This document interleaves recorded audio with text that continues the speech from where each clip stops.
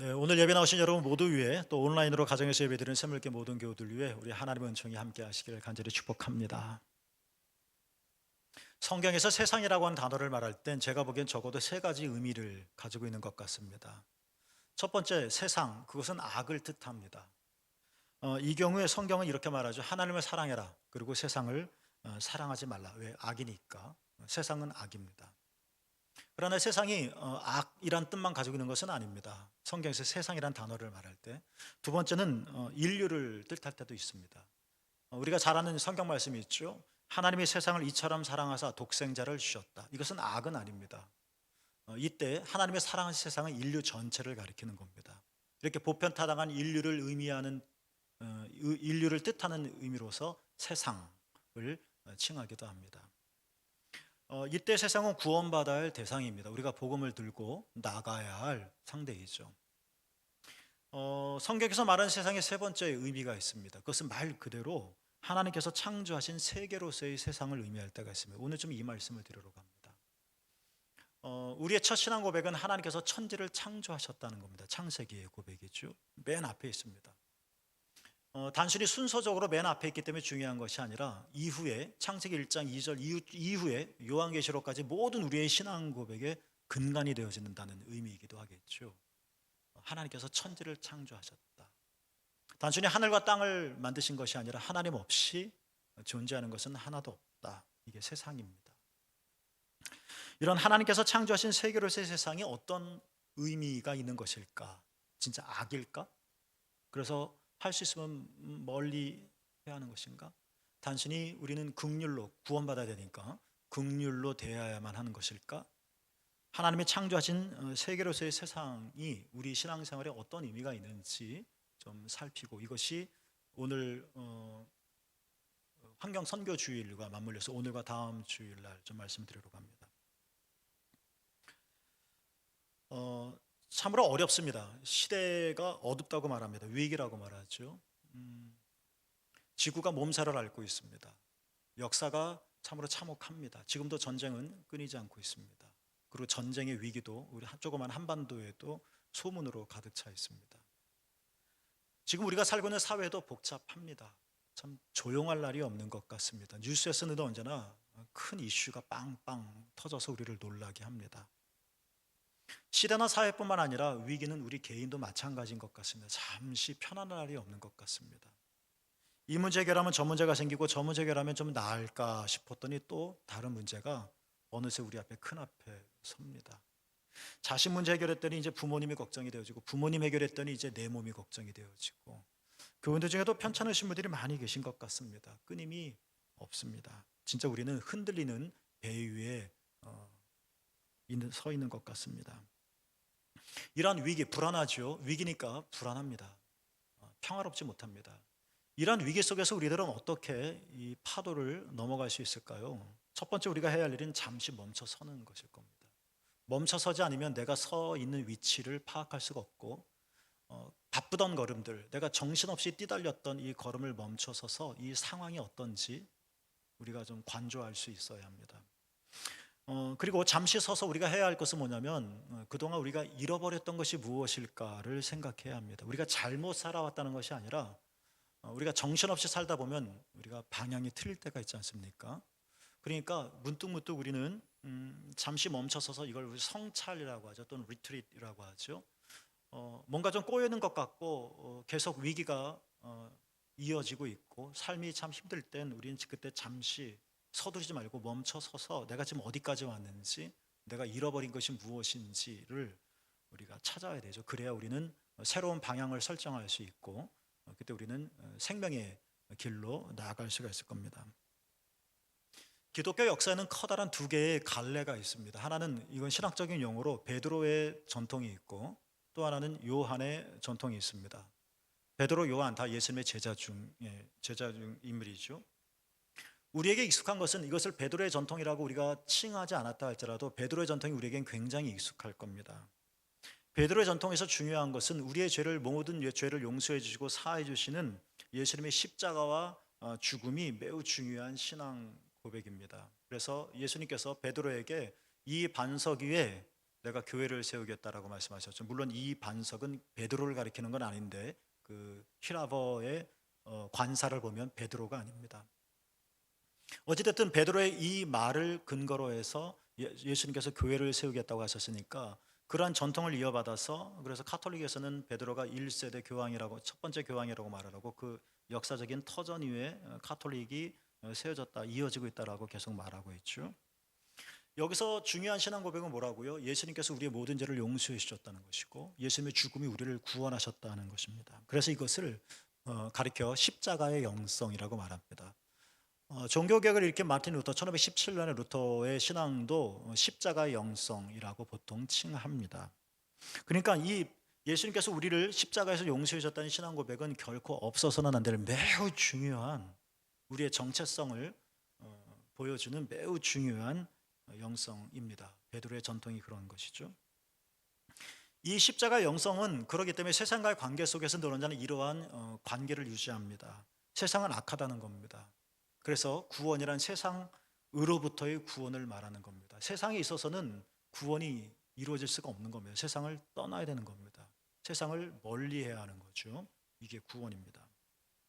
예수님의 제자 중에 요한도 있습니다. 예수님의 품 안에 기대었던 사람. 그래서 예수님의 심장 소리를 들을 수 있었다라고 말하는 이 요한. 요한복음을 썼죠. 마태, 마가, 누가하고는 좀 결이 다른 복음서입니다. 요한 1, 2, 3서 썼죠. 이것도 분명히 다른 바울의 서신과 색채가 다릅니다.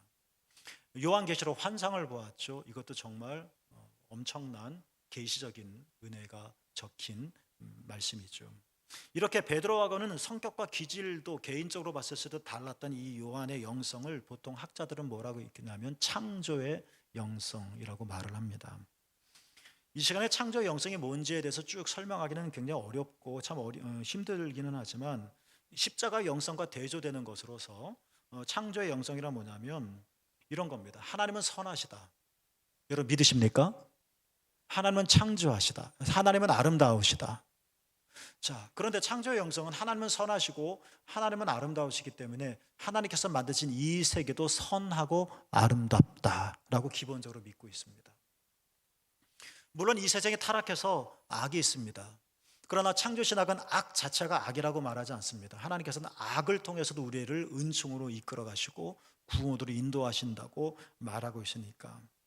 그러니까 베드로 십자가 영성에서는 이 세상은 악한 거야. 이 세상에서 우리가 구원받을 수는 없어. 참된 구원은 이 세상을 떠나는 거야 라는 것이 기본적인 기조라고 한다면, 창조의 영성은 아니야. 이 세상은 아름다워. 이 세상은 선하셔. 왜냐하면 만드신 하나님이 아름답고 만드신 하나님께서 선하시기 때문에 그래 라는 겁니다. 그래서 창조의 영성은 하나님께서 만드신 세계, 하나님께서 만드신 만물, 이 만물 안에 계신 하나님을 볼 수 있다라고 고백을 합니다. 여러분 이것은 우리의 일상생활 속에서도 맞습니다. 여러분 나름대로 글씨를 씁니다. 필체가 있죠. 필체를 보면 꽉꽉 눌러 쓰는 사람, 그냥 흐느적거려 쓰는 사람, 정자로 쓰는 사람 다 다릅니다. 그렇죠? 필체에 따라서 그 사람이 어떤지 우리는 짐작하죠. 필체는 그냥 쓰여진 글씨가 아니라 그 글씨를 쓴 사람의 영혼이 담겨져 있는 겁니다. 제가 피아노를 친다고 합시다. 그렇다고 그러네요. 저도 들은 얘기인데 피아노 뭐 입시 레슨, 입시 시험 때 보면은 다 어느 권사님 말씀하셨는데 다 칸막이를 하고, 그래서 누가 피아노 치는지 알지는 못하지만 피아노 치는 소리를 들어보면 누구한테 배웠는지 다 알 수 있다고 합니다. 그러니까 우리처럼 문외한들은 잘 모르지만 전문가들은 다 아는 거예요. 그러니까 이게 피아노 치는 게 그냥 소리가 아니라 피아노 소리와 피아노 치는 사람과는 관계가 있는 겁니다. 뗄 수 없는 겁니다.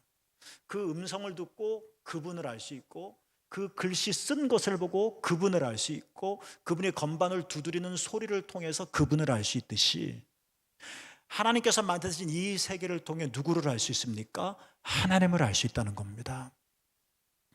이 세계가 하나님이라는 이야기가 아닙니다. 피아노가 피아노 치는 사람이라는 얘기가 아닙니다. 내가 쓴 글씨가 나라는 이야기가 아닙니다. 이 글씨를 통해서 그 사람을 느낄 수 있고, 피아노의 음률을 통해서 친 사람을 알 수 있듯이 만드신 것들을 통해서 그것을 만드신 분을 알 수 있다는 겁니다. 이게 창조의 영성입니다. 창조의 영성, 베드로의 영성과 요한의 영성은 이 시대의 이 위기 속에, 혼란의 시대에 이제 우리가 앞으로 어떻게 나갈까 고민 많이 하는 이 시대에 정말 깊이 생각해 봐야 할 것 같습니다. 창조의 영성은 이런 신앙 고백, 이런 우리가 잃어버렸던 창조의 영성을 다시 회복하는 것은 우리에게 도움이 많이 되는데, 첫 번째는 세상을 우리로 하여금 다르게 보게 합니다. 그리고 두 번째로 더 중요한 의미인데요, 창조의 영성을 통해서, 창조의 신앙을 통해서 우리는 나 자신과 내 삶을 다르게 보게 되어집니다. 이건 이 얘기는 다음 주에 드리러, 이게 진짜 중요한 얘기인데, 오늘은 창조의 영성을 통해서 우리가 이 세상을 어떻게 인식할 수 있을까, 그리고 이 세상에 사는 내가 얼마나 은총 속에 둘러싸여 있는지에 대해서 말씀을 드리려고 합니다.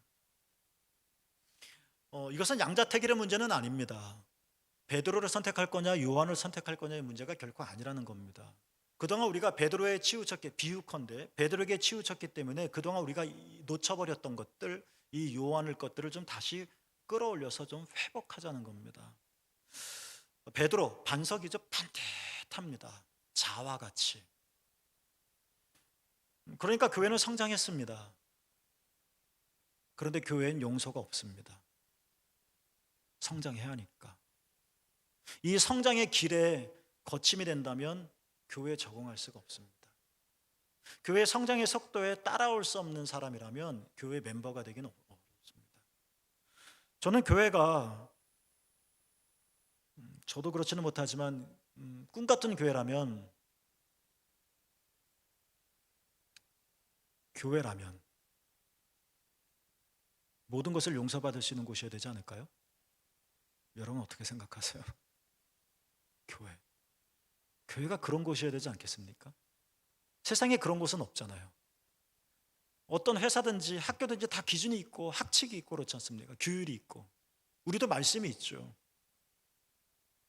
그러나 교회가 이 사회 집단과 다른 것이 있다면 모든 것이 허용된다? 이건 좀 적절한 말은 아니지만, 모든 것이 용서받을 수 있는 곳, 모든 것이 받아들여질 수 있는 곳, 이게 예수님이지 않습니까?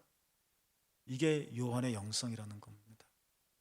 이걸 이제 좀 다각도로 좀 살펴보려고 하는 겁니다. 그러니까 이거는 규칙도 없다, 이런 이야기가 아니라, 하나님의 확고한 말씀이 있지만, 그러나 하나님의 그 크신 사랑을 우리가 알게 되어질 때 정말 모든 것이 하나님 안에, 내가 품 안에 받아들여지고 있구나 하는 것. 학교에서도 순위를 정하고 석차를 정하고 1등, 2등, 3등을 정해서 그냥 뿌리나게 공부 그냥 해야 하는 것처럼, 교회에서도 뭔가 그냥 열불나게 뭘 해야 되고 이런 게 아니라, 내 존재 자체가 그대로 하나님께 받아들여지고 있다는 이 종교적인 경험을 할 수 있는 곳. 여러분, 이게 교회여야 되지 않겠습니까? 여러분 어떻습니까? 이런 의미에서 창조의 영성, 요한의 영성이 이 시대에 좀 많이 필요하겠다 하는 생각을 하는 겁니다. 오늘 시인이 1절에서 하나님이 창조하신 세계를 찬양합니다. 여호와 우리 주여, 주의 이름이 온 땅에 어찌 그리 아름다운지요, 주의 영광이 하늘을 덮었나이다. 여러분, 시인이 세계의 아름다움에 감탄하는 것은 가을만 되면 형형색색 단풍이 들기 때문이 아닙니다. 여름이 되면 온갖 푸른색으로 도배를 했기 때문도 아닙니다. 봄이 되면 푸릇푸릇한 싹이 올라오기 때문에 아닙니다. 그것을 뛰어넘어 시인이 이렇게 세상의 아름다움에 감탄하는 것은 1절의 고백처럼 온 땅에서 하나님의 이름을 볼 수 있기 때문에 감탄하는 겁니다. 하늘에서 하늘의 영광을 느낄 수 있기에 시인은 지금 아름답다고 말하는 겁니다. 단순히 다양한 꽃이 있어서 아름답다가 아니라, 이 다양한 꽃, 색색의 꽃들 속에서 하나님의 영광과 하나님의 어미를 볼 수 있기 때문에 이 세상이 참으로 아름답다라고 말하는 겁니다. 3절, 주의 손가락으로 만드신 주의 하늘과 주께서 베풀어 두신 달과 별들을 내가 봅니다 라고 고백하죠. 시인은 말하자면 하나님이 만드신 하늘과 달과 별들에서 뭐 하는 거예요? 하나님을 발견합니다.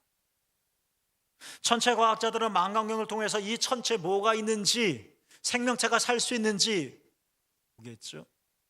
시인은 저 달을 보면서 시를 읽겠죠. 그러나 하나님은, 이 시인은 말합니다. 이 하늘과 달과 별들을 통해서 거기서 하나님을 찾아내는 겁니다. 그래서 아름답다는 겁니다. 시인이 화가가 아름다움을 그려내는 신미안의 눈이 열리듯이 시인처럼 하늘과 달과 별들에서 하나님을 발견한다. 우리도 신미안이 아니라 뭐라고 말해야 되나요? 영미안이라고 말해야 되나요? 이 눈이 열렸으면 좋겠습니다. 그러니까 이 1절과 3절 그리고 8편 전체가 다 그런 건데, 하나님은 이 세계를 통해서 우리에게 말씀하고 계시고, 그리고 우리는 이 세계를 통해서 하나님과 교통할 수 있다 하는 것을 알려주는 것입니다. 물론 우리를 구원하신 분은 오직 한 분 예수 그리스도이십니다. 우리의 구원과 우리의 거듭남은 오직 그리스도 예수 십자가 위에 세워집니다. 주님은 예수 그리스도를 통해서 가장 완벽하게 그리고 온전하게 우리에게 계시하시고 말씀하십니다. 그러나 하나님은 예수 그리스도뿐만이 아니라, 그분이 진리요 생명이지만 뿐만 아니라 그 외 모든, 하나님께서 만드신 이 모든 만물을 통해서 지금도 우리에게 끊임없이 말씀하고 계시고, 지금도 우리에게 끊임없이 계시해 주시고, 우리는 이 만물을 통해서 하나님을 알아갈 수 있고, 우리는 이 만물을 통해서 하나님과 뭔가 소통할 수 있다는 겁니다. 로마 카톨릭은 사실 로마만 있는 것은 아니죠. 이것을 서방 카톨릭이라고 말합니다.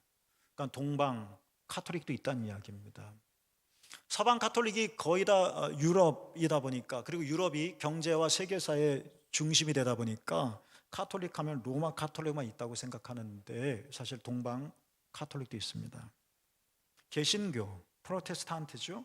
이 개신교는 로마 카톨릭에서 1517년에 마틴 루터의 종교개혁을 통해서 시작되었습니다. 그러니까 로마 카톨릭에 문제가 많아서 새로 개혁해야 되겠다라는 종교 운동이 개신교이기는 하지만, 그래도 그 뿌리가 카톨릭 안에 있기 때문에 결국은 큰 틀에서 같이 있는 겁니다. 그런데 어찌됐든 로마 카톨릭이나 개신교에서 중요한 것은 언제나 제도화된 예식입니다. 그러니까 세례를 베풀고 성찬을 베풀고 예배를 드리고 맞습니다. 그리고 특별히 개신교에서는 설교, 말씀이 중요해서 말씀을 통해서 하나님의 음성을 듣고 하나님의 인도를 받는다는 사실을 매우 강조합니다. 맞습니다.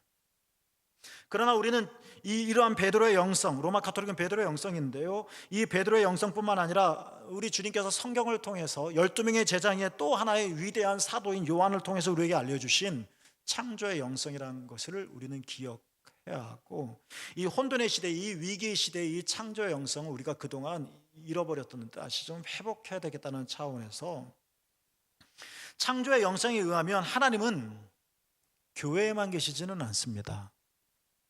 여러분, 이 말은 교회 밖에도 구원이 있다는 이야기가 아니라 하나님이 교회 안에만 머물러 계시는 분은 아니시라는 거. 하나님은 온 세계에 가득하신 분이십니다.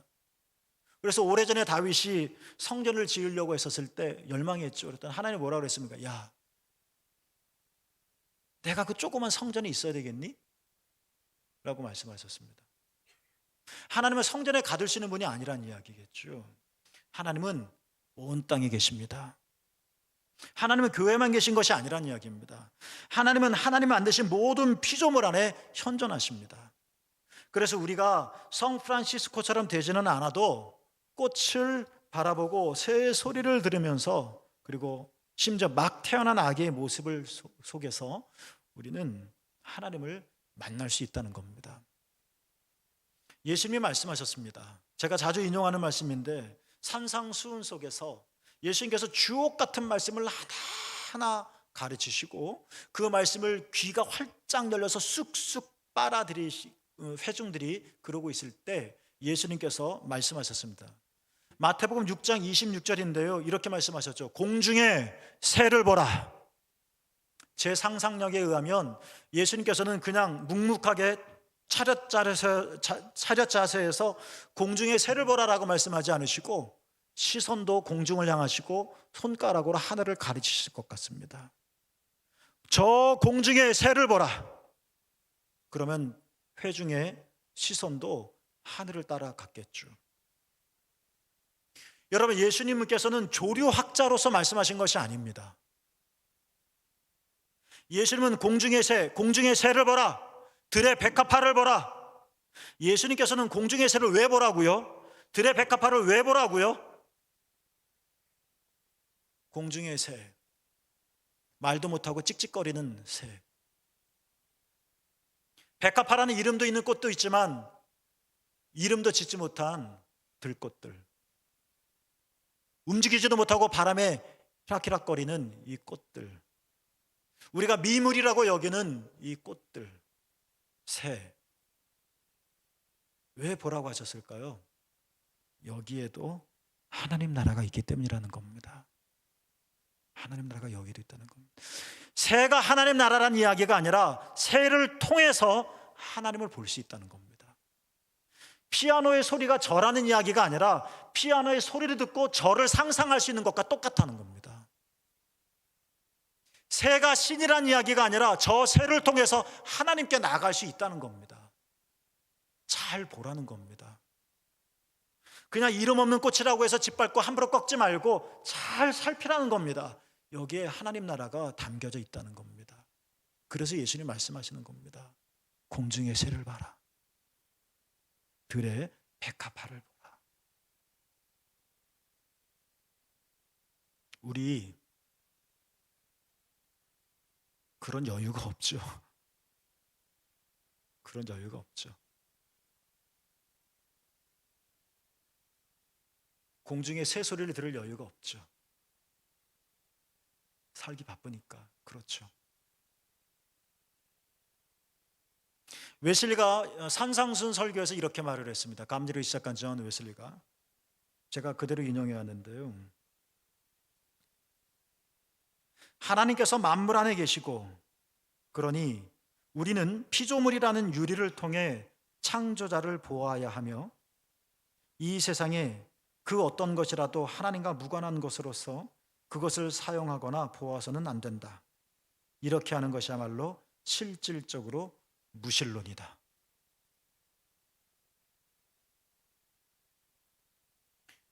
이 자연의 소리를 그냥 지나치지 말라는 겁니다.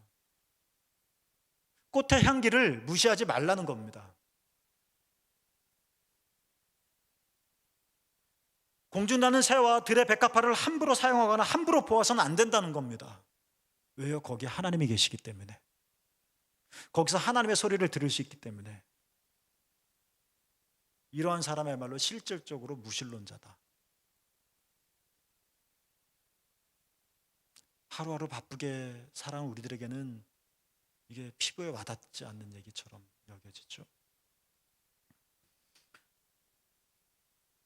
다른 직업은 어떨는지 모르겠습니다만, 다른 직장 생활을 해본 적이 없어서 목회는 하면 할수록 어려운 것 같습니다. 한 30년 하면 그 분야의 전문가가 될 것 같은데, 저도 30년 다 돼가거든요. 어렵습니다. 어렵습니다.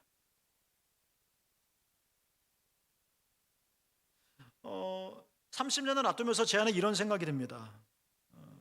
그냥 오늘 표현으로 말하면 베드로의 영성과 요한의 영성을 이 목회 안에서 잘 균형 있게 녹아지게 했으면 좋겠다. 아무래도 개신교 목사에게서 설교가 제일 과중한 일인데요. 저는 설교를 준비하면서 제 설교가 늘어나는 수사법이 화려하지 않았으면 좋겠다.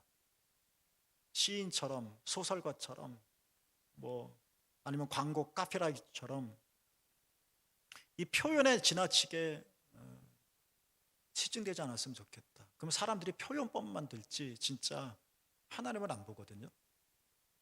말 한마디로 사람들을 장악하고 싶고, 예수님 가격한 말 안 쓰셨거든요. 그리고 설교가 그냥 여러분에게 재미있는 말이 되지는 않았으면 좋겠다. 저도 한때는 설교 시간에 선배님들도 말씀하시더라고요. 설교 시간에 꼭 유머를 2개, 3개 넣어라. 이게 설교 준비하는 것보다 더 힘들더라고요. 저는 또 유머러스 하지도 못해서, 제가 유머를 말하면 여러분이 좀 웃으시면 저도 용기를 낼 텐데, 아무리 재밌게 얘기해도 여러분 안 웃어요. 저는 아주 그냥 좀 그렇습니다. 유머도 참 이것도 일이다. 베드로의 영성과 요한의 영성을 되살려서 이 설교를 준비하는 사람뿐만 아니라 듣는 여러분도 이 안에 설교를 통해서 제사장적인 기능이 좀 완전히 좀 발휘됐으면 좋겠다. 그러니까 하나님의 사랑과 위로를 좀 받았으면 좋겠다. 제 말이 아니라 성경을 통한 하나님의 메시지를 듣고 제 말에 위로를 받는 게 아니라 하나님의 말씀, 하나님이 이렇게 말씀하시는구나, 하나님의 말씀이 이런 거구나 하고 깨달아서 상처가 많은 이 세상 속에 우리가 위로를 받고 치유되었으면 좋겠다. 그러니까 교회가 용납되어 주시는 곳이 되었으면 좋겠다. 또 하나는 이 설교를 통해서 예언자적 기능을 좀 살렸으면 좋겠다는 생각도 있습니다. 단순히 개인적인 위로를 받고 안위 받고 흘리던 눈물 훔치고 끝나는 것이 아니라 내가 어떻게 살아야 되는지, 사회 운동을 말하는 것이 아니라 나의 공의로운 삶, 여기에 좀 도전도 받고 실제로 그렇게 좀 살았으면 좋겠다. 베드로와 요한의 균형이죠. 저 개인적인 고민 중에 하나는 사실은 할 수 있으면 저는 교회에서 성찬을 자주 하고 싶습니다. 근데 자주 못합니다. 그거는 제가 성찬을 잘 이끌지를 못하겠습니다. 예수님의 피, 예수님의 몸인 떡과 포도주를 함께 나누면서 정말 그것이 생생하게 예수님의 생명을 내가 먹고 마시는 거다라는 감격과 은혜가 저 자신부터 있으면 좋겠는데 성찬을 이끌면서 그것들을 이렇게 살리지를 잘 못하겠어요. 이거 저의 능력 부족이죠. 이것만 좀 잘하고 그래서 새로운 성찬의 모델을 지금부터 찾고 있는데 그 모델만 착 찾으면 진짜 성찬을 매주라도 하고 싶습니다. 이 상징이 우리에게 주는 큰 영적인 힘이 있습니다. 세 번째는 제가 좀 하고 싶은 것은 뭐냐면 정말 잘 디자인해서, 그냥 대충이 아니라 잘 디자인해서 할 수만 있으면 우리가 좀 자연으로 많이 나갔으면 좋겠다 하는 생각은 오래전부터 가지고 있었습니다. 그래서 몇 년 전에 우리가 평창에 가서 1박 2일, 일찍 가신 분은 토요일 날 가셔서 하루 묵으시고 주일날 그쪽에서 예배 드린 적이 있었잖아요. 많은 돈을 들여서.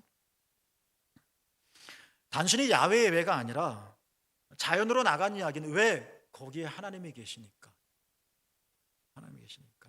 하나님의 숨과 하나님의 생명과 하나님의 영, 여러분 이건 다 같은 단어입니다. 로하크라고 하는 같은 단어입니다. 히브리어. 하나님의 숨과 하나님의 생명과 하나님의 영을 우리가 체험하고 그런 예배를 우리가 될 수 있으면 좀 드렸으면 좋겠다. 교회 학교도 좀 나갔으면 좋겠다. 그냥 행사 치르러 나가는 것이 아니라 산을 걷고 나무를 만져보고. 제 둘째 아이가 어렸을 때, 그때 제가 포남동에 살고 있었을 때인데 그 뒷산이 있었습니다. 동인병원 있는 근처에. 꼭 그것 때문만은 아니지만 한 번에 제가 둘째 아이를 좀 돌볼 때가 있어서 어떻게 할까 하다가 이 아이를 데리고 뒷산으로 갔죠. 둘이. 그리고 산에 이렇게 함께 걷다가 저도 어디서 이렇게 좀 책 읽다가 좀 배운 게 있어서 야, 우리 한번 나무를 한번 껴안아 볼래? 하고 굵은 소나무를 이렇게 저 하나, 둘째 아이 하나 껴안은 적이 있습니다. 그리고 세영아, 우리 한번 나무에 한번 귀를 기울여 보자. 그럼 나무가 뭐라고 말하는지 한번 들어보자. 하고 저도 각자 이렇게 아이를 이렇게 귀를 들였습니다. 그래서 물었죠. 소나무가 뭐라고 하디? 사실 저는 나무에게 귀를 기울였는데 소나무가 한마디도 안 했거든요. 저한테는.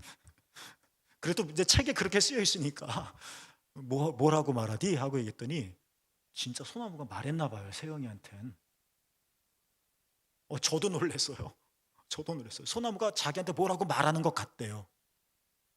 정작 저는 하나도 못 들었는데, 정작 저는 가슴 떨리는 게 하나도 없었는데 그냥 책에 나와 있는 거라서 한번 해보자고, 이게 좋대네 한번 해보자고 한 건데 다르더라고요. 꼭 요거 때문만은 아니겠지만 저희 둘째 아이한테 별명을 제가 창조의 영이라고 별명을, 저 핸드폰에도 창조의 영 그렇게 이름을 적어놨는데요. 얘가 매우 창조적이에요. 우리 세 자녀들 보면 그 중에서도 제일 그런 것 같아요. 우리가 이렇게 하다 보면 우리가 감성이 풍부해질 뿐만 아니라 이건 그냥 더불어 주어지는 선물이고요. 우리의 영성도 깊어질 거라는 겁니다. 우리의 삶이 달라질 거라는 겁니다. 6절에 보면 하나님이 손수에 주신 만물을 인간이 다스리게 하셨다라고 하셨습니다. 근데 이게 문제입니다. 지금껏 서구교회는 창세기 1장 28절에 하나님께서 하나님 형상대로 인간을 창조하시고 다스려라 라고 명령하신 이 명령을 지배적이고 폭력적으로만 이해했죠. 개발적으로만 이해했습니다. 그리고 그것이 자연에 대한 착취로 이어졌죠. 누가 뭐라 그래도 우리에게 피부에 와닿지 않는다 할지라도 지금 지구가 마주한 가장 큰 위기는 기후변화일 겁니다. 동해안 수온이 1.5도가 올라갔다고 그러죠. 그래서 명태가 사라졌다고 그러죠. 그래서 동해안만이 아닐 겁니다. 벌이 없어졌다고 그러죠. 올해 6월 달인데 벌써 어제도 34도인가 그랬습니다. 6월 초인데도 6월 달인데도 7월 8월은 진짜 얼마나 더워야 할까요? 근데 덥죠. 오히려 또 덥지 않다 그러죠. 구름 끼고 비가 많이 온다는 일기예보도 있습니다. 어찌됐든 기후를 이제 도저히 예측할 수 없는 상황이 되었습니다. 우리는 3년 동안 코로나 때문에 진짜 고생 많았습니다. 코로나가 왜 발생했는지에 대한 나름대로 원인이 있을 겁니다. 이거는 사실적인 원인이고요. 대부분의 인문학자들이 얘기하는 공통된 원인은 뭐냐면 기후변화입니다. 이유인즉슨 이렇습니다. 성냥불을 켜더라도 성냥불을 켜는 것, 이것은 코로나를 발생시키는 어떤 사실적인 원인일 겁니다. 그러나 그러한 코로나가 발생할 수 있는 환경을 기후변화가 이미 만들어 놨다는 겁니다. 그런 환경이 없었다면 산소가 있어야 성냥불도 발화가 될 테고 불이 번질 텐데 산소가 없는 상황이었다면 안전하겠죠? 그런 것처럼 코로나의 상황이 뭐냐? 코로나가 온 세계로 퍼질 수 있는 상황이 뭐였느냐? 기후변화라는 것이 대부분의 석학들의 공통된 의견입니다.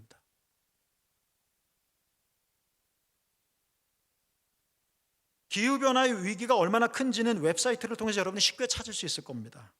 문제는 위기의식입니다. 우리 피부에 와닿지 않거든요. 사실 저도 그렇게 피부에 와닿지는 않습니다. 저도 억지로라도 책을 읽으니까 이게 진짜 심각한 문제구나 라고 인식은 하지만 이게 가슴에 뭔가 와닿는 건 저도 사실 미미합니다. 그리고 솔직히 말하면 저 여러분 우리 세대야 어떻게든 이렇게 살다 죽을 겁니다. 기후변화 아무리 말해도 이 악영향이 우리에게 실질적으로 인류 파괴 뭐 이런 식으로 우리 생애에 다가오지는 않을 겁니다. 그러나 다음 세대는 어떻게 할 거냐? 우리 아들은 어떻게 할 거냐? 우리 손주는 어떻게 할 거냐? 이것들을 인식하는 것은 진짜 이것이 기후변화가 내 문제가 아니라 우리의 문제이고 공동체의 문제구나라는 의식으로 확장되게 되어질 겁니다. 우리나라도 지금 수도 꼭지 틀면 물이 칼칼칼칼 나오니까 물 걱정 없다고 생각하지만 우리나라도 심각한 물 부족 국가 중에 하나입니다. 우리가 돈 내고 그냥 수돗물을 마음대로 쓰니까 전혀 의식이 없지만 우리나라 진짜 심각합니다. 물 부족. 다스리라 하는 명령은 단순히 자연보호가 아닙니다. 길거리 지나가다 주는 휴지 줍고 이런 문제가 아니라 만물에 깃든 하나님의 생명과 영을 사랑하고 그것을 경험하며 지키자는 겁니다. 새도 하나님 나라가 있으니 우리가 새를 잡아버리면 하나님 나라도 없어지는 거니까 하나님 나라를 지키자는 겁니다. 들꽃에 백합에도 하나님의 생명이 있으니 근데 우리가 들꽃을 꺾어버리면 하나님의 생명도 꺾어버리는 거니까 하나님의 생명을 지키자는 겁니다. 그래야 내가 살 수 있으니까. 더 중요한 것, 오늘 짧지만 이 메시지를 드리려고 하는데요. 창조신앙이 오늘 우리들에게 왜 중요한가? 정말 만물에 하나님의 생명이 있고 만물에 하나님의 은총이 있고 하나님의 사랑으로 충만하다면 우리는 지금 내 삶이 어떻든 내 처지가 어땠든 상관없이 우리는 지금 하나님의 사랑과 은총과 계시에 둘러싸여 있는 것입니다.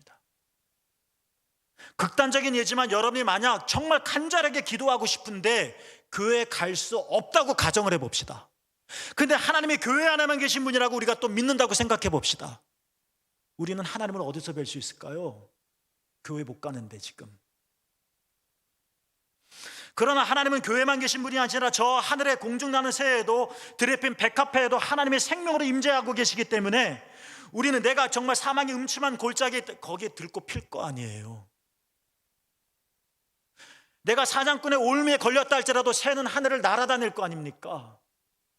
내가 사망의 음침한 골짜기 있다 할지라도 하나님의 은총이 만물에 깃들어 있기 때문에 우리는 어디서든지 하나님의 계시를 들을 수 있고, 우리는 어디서든지 하나님의 사랑을 경험할 수 있다는 겁니다. 그래서 언제나 은총이요 어디서나 평화인 것입니다. 이것이 창조의 영성이라는 겁니다.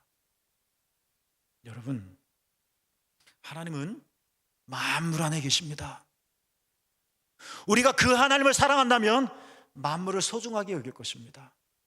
우리가 그 만물 하나하나를, 이 세상의 모든 피조물들을 정말 아끼고 보호한다면 우리를 둘러싸고 있는 충만한 하나님의 사랑과 은총도 가득하게 되어질 것입니다.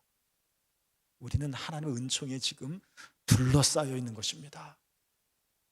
오래전에 하나님께서 아브라함에게 실망했던 아브라함에게 눈을 들어 동서남북을 바라보라 라고 말씀하신 적이 있었는데, 이 동서남북은 단순히 방위를 가리키는 것만은 아닐 겁니다. 내가 아무리 속상하고 내가 아무리 억울하고 내 믿음이 흔들려 할지라도 사방팔방 어디를 눈을 들어 보아라. 거기에 하나님의 은혜가 있다. 거기에 하나님의 사랑이 있다. 거기에 하나님의 구원이 있다. 하나님의 은혜는 이렇게 우리 주변에 충만합니다. 지금도 여러분 옆자리에 계신 분이 하나님의 은혜인 것이고, 지금 내가 당한 일이 하나님의 은혜인 것이고, 내가 언제든지 눈이 열려 바라보기만 하면 주님을 볼 수가 있습니다.